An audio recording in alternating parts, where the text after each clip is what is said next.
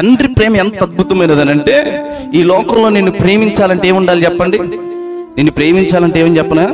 నీకు ముందు అందం ఉండాలి. హల్లెలూయా, అందంగా ఉండాలి. నిన్ను ప్రేమించాలంటే నీ శరీరం అందంగా ఉండాలి, నీ ముఖ కవలికలు అందంగా ఉండాలి, నీ వస్త్రాలు అందంగా ఉండాలి, నీ మాట తీరు అందంగా ఉండాలి, నీ స్టైల్ బాగోవాలి, నీ ప్రవర్తన బాగోవాలి. ఎన్ని క్యాలిక్యులేషన్స్ ఉంటాయో తెలుసా? నువ్వు ఈ పక్కన ఈవిడికి హీరోలా కనబడాలి, నువ్వు ఈ పక్కన హీరోయిన్లా కనబడాలి, లేకపోతే నీ ముఖం ఎవడు చూడ్డు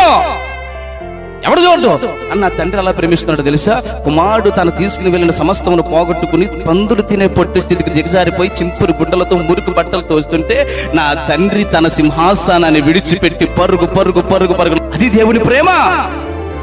ఆయన అందచందములు చూసి సొగసులను చూసి ప్రేమించేవాడి కాదు, ఆయన నిన్ను చూసి ప్రేమిస్తున్నాడు, నీ హృదయమును చూసి ప్రేమిస్తున్నాడు. తండ్రిగా ఎలా ప్రేమిస్తున్నాడు అంటే, నీవు ఎలాగున్నా సరే నిన్ను ఆలింగనం చేసుకుంటున్నాడు, ఆయన హత్తుకుంటున్నాడు, ఆయన ప్రేమిస్తున్నాడు. ఆయన నా కుమారుడా, నా కుమార్తె అంటున్నాడు. ఆయన నా తండ్రి చాలా వివరంగా చెప్తున్నాడు. ప్రేమకు అర్థం ఏంటో తెలుసా? త్యాగం.